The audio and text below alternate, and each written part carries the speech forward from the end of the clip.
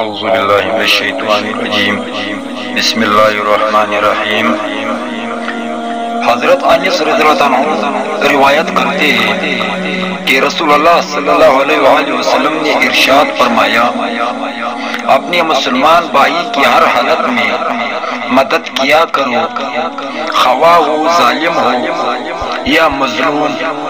ایک شخص نے دریافت کیا، یا رسول اللہ، مظلوم ہونے کی حالت میں تو میں اس کی مدد کروں گا، یہ بتائے کہ ظالم ہونے کی صورت میں میں اس کی کیسی مدد کروں؟ رسول اللہ صلی اللہ علیہ وآلہ وسلم نے ارشاد فرمایا، اس آدمی کو ظلم کرنے سے روک دو، کیونکہ ظالم کو ظلم سے روکنا ہی اس کی مدد ہے، اور ظلم کرنے والے کو اللہ پاک کبھی بھی بخش نہیں کرے گا۔